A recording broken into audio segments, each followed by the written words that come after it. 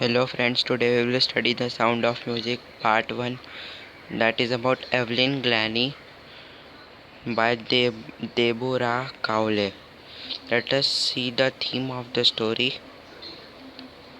The story is a biography based on the theme that earnest efforts and able guidance pave one's path to success.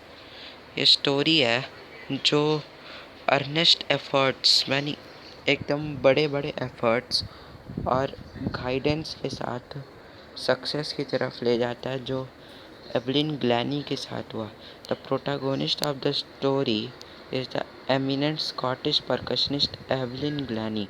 जो Evelyn ग्लैनी थी वो main character है story में, और उसने अब देखेंगे कि उसको कैसे हियरिंग की प्रॉब्लम थी और तभी भी वो म्यूज़िक या कोई बात उसको सुन पाती थी। who overcome the challenge of her impaired hearing through her firm belief in herself, determination and perseverance। देखा उसने कितना अपने ऊपर अंदर एकदम बिलीफ रखा कि मैं सुन पाऊंगी बिना मेरे भले ही कान डैमेज है पर मैं सुन पाऊंगी। अब इसका इंट्रोडक्शन देखते हैं। In the title, the author says Evelyn Glannie listens to sound without hearing it। जैसे कि स्टोरी जब बिगिन होता है तो उसमें लिखता है Evelyn Glennie hears the sound before without hearing it. और जैसा ऑथर लिखता है इसके अंदर, और हम कंफ्यूज होंगे और कि ऐसा कैसे हो सकता है कि बिना कोई सुने साउंड सुन सकता है। How can you listen to a sound when you can't hear. जब आप सुन ही नहीं पाएंगे तो आप कैसे सुन सकते हैं। So this is something we will discover. तो ये एक ऐसी चीज़ है जिसको हम डिस्कवर करेंगे कि एवलिन ग्लैनी कैसे साउंड को सुन पाती थी जबकि वो अच्छे से सुन भी नहीं पाती थी। अब फर्स्ट पैराग्राफ में देखते हैं। In the rush hour, there was a girl waiting for the train in underground platform। शाम का समय था जब वो एकदम वेट कर रही थी ट्रेन के लिए, क्योंकि उसे अपने रॉयल एकेडमी ऑफ म्यूज़िक में जाना था म्यूज़िक के लिए। और वो एकदम वेट कर रही थी। शाम का समय था, अंडरग्राउंड प्लेटफॉर्म था और वहाँ पे ट्रेन का वो वेट कर रही थी। A slight girl which was looking younger than 17 year. जो 17 ईयर से भी कम ईयर की एज की गर्ल थी, वो अकेले ट्रैवल कर रही थी लंदन तक। और वो नर्वस थी भी पर वो एक्साइटेड भी थी, दोनों एक साथ थी।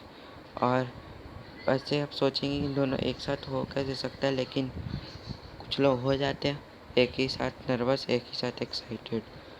और फिर वो वाइब्रेशंस जब ट्रेन आने लगी तो उसकी वाइब्रेशंस उसको पता चलने लगी, तो उसको पता लगा कि ट्रेन आने वाली है।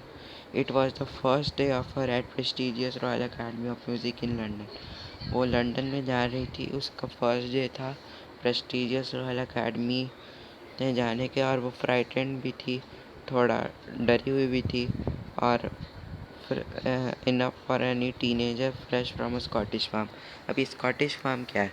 स्कॉटिश फार्म वहाँ एक जगह है जहाँ पे एवलिन रहती थी, और लंदन वो जगह है जहाँ वो जा रही थी। और ऐसे तो लगता है कि कोई लंदन ऐसे गांव में जाके नहीं रह पाएगा, लेकिन तभी भी एवलिन जा पाई। But the aspiring musician faced a bigger challenge than most. She was profoundly deaf. और वो बिगर चैलेंज एक फेस करती है जबकि वो डेफ भी थी। अब सेकंड पैराग्राफ में देखते हैं। Evelyn Glennie loss of hearing had been gradual. वो जब ऑन हुई थी तब वो 6 ईयर्स तक वो सुन पा रही थी, 8 ईयर्स तक वो सुन पा रही थी, लेकिन उसके बाद से उसके ईयर्स में वो सुन नहीं पा रही थी। उसका ईयर्स का जो नर्व था वो डैमेज हो गया था। और वो उसकी मदर जो थी वो एक बार उसको बुलाती है लेकिन वो सुनती नहीं है, क्योंकि और वो पियानो प्ले करने के लिए वेट भी कर रही थी। और फिर तब उसकी मदर को लगा कि जब उसने बुलाया उसकी मदर ने उसको, तो फिर वो सुनी नहीं, तो उसकी मदर को लगा कि कुछ तो दिक्कत है। तो फिर वो जो रियलाइज़ करती है कि वो सुनी नहीं। और ऐसा आइसेबल ग्लैनी का ये उसकी मम्मा का नाम है। एवलिन ग्लैनी के मम्मा का नाम आइसेबल ग्लैनी था। By the time she was 11, her marks had deteriorated and her headmistress urged her parents to take her to a specialist.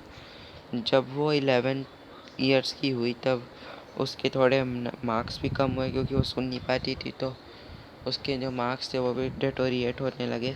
और उसकी हेड मिस्ट्रेस जो थी स्कूल की, उन्होंने उसके पेरेंट्स को बोला कि उसको एक स्पेशलिस्ट के पास ले जाने के लिए।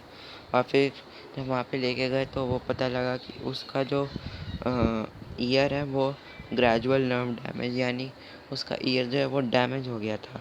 और वो उनको बताया गया कि उसे हियरिंग एड्स फिट करने चाहिए। वो बहुत महंगे आते हैं, लेकिन उन्हें एडवाइस किया गया कि वो फिट हियरिंग एड्स करें ताकि वो अच्छे से सुन पाए। और फिर डेफ होने की वजह से उसको स्कूल था वो तो जाना था, लेकिन वो जो डेफ थी इसलिए उसको हियरिंग एड्स लगा के स्कूल जाने पड़ते थे।